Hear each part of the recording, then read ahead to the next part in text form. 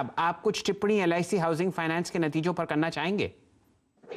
जी, बिल्कुल उम्मीद से काफ़ी खराब नतीजे हैं और इनफैक्ट हाउसिंग फाइनेंस कंपनीज़ में कोई इतना डिसअपॉइंटमेंट नहीं देखने को मिला जितना एलआईसी हाउसिंग फाइनेंस ने निराश किया है। हमने इंडिया बुल हाउसिंग फाइनेंस और दूसरे हाउसिंग फाइनेंस के भी जो नतीजे आए वो उम्मीद से बेहतर या उम्मीद के मुताबिक रहे हैं। दूसरा थोड़ा-सा इस पर्टिकुलर सेक्टर में मेरा मानना है कुछ समय से एलआईसी हाउसिंग फाइनेंस जो है वो निराश करता आया है पिछले 2-3 क्वार्टर से भी। तो स्टॉक में से निकल जाने की सलाह रहेगी। मुझे लगता है कि इसकी बजाय जो रियल्टी स्टॉक्स हैं वहाँ पे अभी भी काफ़ी वैल्यू बनी हुई है। तो DLF, India bull real estate जैसे स्टॉक ये ज़्यादा आपको अच्छा रिटर्न आगे जाके दे सकते हैं अगले क्वार्टर में। तो ये तो फिलहाल आपके सामने एलआईसी हाउसिंग फाइनेंस 432 रुपए पर था जब आपने नतीजे आते हुए देखे, और वहां से भी 10 रुपए का कट। पूरी कोशिश की है एक बार मिलाप करें अपने 200 डीएमए से जो 407 की तरफ है। वीरेन जी, आप क्या ट्रैक कर रहे हैं? बिकवाली बढ़ती हुई एलआईसी हाउसिंग फाइनेंस में, अब कैश में प्राइस 420। जी हाँ शैल जी, अगर आप देखें बिकवाली बढ़ती हुई और अभी ये जा रहा है करीब करीब स्टॉक अगर आप देखें अपने 200 डे एक्सपोनेंशियल मूविंग एवरेज की तरफ जो कि है 415।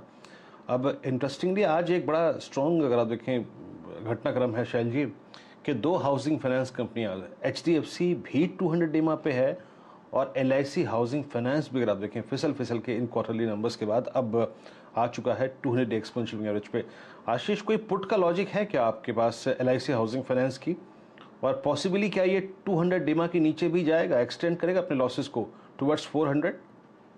आशीष देखिए बिल्कुल, जब हम देख रहे हैं कि बाकी फाइनेंसिंग कंपनीज में एक अच्छा रुझान बन रहा है और उसके बावजूद एक स्टॉक इस सेगमेंट में इस तरह से वीकनेस दिखाए, तो ये क्लियरली वीकनेस के काफी स्ट्रॉन्ग सिग्नल्स हैं। और मेरे हिसाब से इसको 420 की पुट के थ्रू प्ले करना चाहिए जो 17 रुपए के आसपास है। अगस्त सीरीज में इसको लेना चाहिए। स्टॉप लॉस यहाँ पर के मेरे हिसाब से 13 रुपए का लगाना चाहिए और ऊपर में 25 रुपए तक के लक्ष्य इस 420 की पुट ऑप्शन में एलआईसी हाउसिंग फाइनेंस के स्टॉक में देखने को नजर आ सकती है।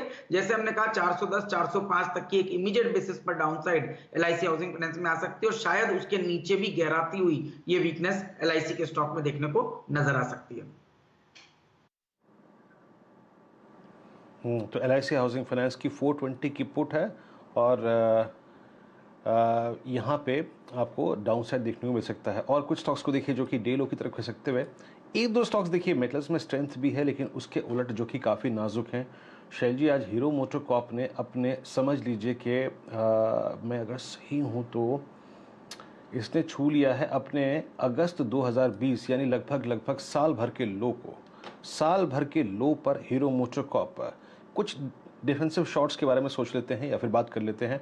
आपकी राय क्या होगी यहाँ पर मानस, हीरो मोटोकॉर्प? कोई ट्रेडिंग थॉट आपका यहाँ पे? आपको लगता है कि ये लेवल टिक जाएगा या फिर ये ब्रेक होने के बहुत स्ट्रॉन्ग पॉसिबिलिटीज हैं? देखिए, अगर आप मीडियम टर्म चार्ट्स पे जाएंगे तो 2700 2725 के आसपास सपोर्ट दिखता है। अगर वो लेवल ब्रेक हो जाते हैं, स्टॉक एक बार 2700 रुपए के नीचे चला गया, तब तो आपको शायद वहां से 200 से 250 रुपए का डाउनसाइड देखने को मिलेगा। फिलहाल करंट लेवल्स पे नहीं, लेकिन अगर 2700 के स्तर ब्रेक होते हैं तो आप हीरो मोटोकॉर्प में एक शॉर्ट कॉल ले सकते हैं। अदरवाइज अपनी, अगर आप ऑलरेडी शॉर्ट पोजीशन है तो बने रहिए, स्टॉप लॉस को रिवाइज करके 2785 कर लीजिए। फ्रेश लॉन्ग की जहां तक बात है, मैं समझता हूं कि अब यहां पर आपको खरीदारी तब तक नहीं करनी है जब तक स्टॉक 2825 रुपए के नीचे ट्रेड कर रहा है। चलिए, आपके सामने सीसीएल प्रोडक्ट्स पर फिलहाल नतीजे आते हुए दिख रहे हैं।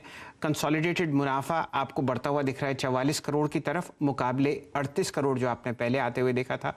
और टॉप लाइन में हल्का सा इजाफा 330 करोड़ मुकाबले 290 करोड़। यहाँ पर आपने बढ़िया मोमेंटम पिछले पूरे हफ्ते आते हुए देखा। ग्लोबल कॉफ़ी के प्राइसेस बहुत तेज़ी में हैं और उसका इम्पैक्ट आपको इस तिमाही में आता हुआ दिखेगा। चलिए, अब बाजार में कहाँ मोमेंटम स्क्रीन पर आता हुआ दिख रहा है। फिलहाल 78 अंक ऊपर 15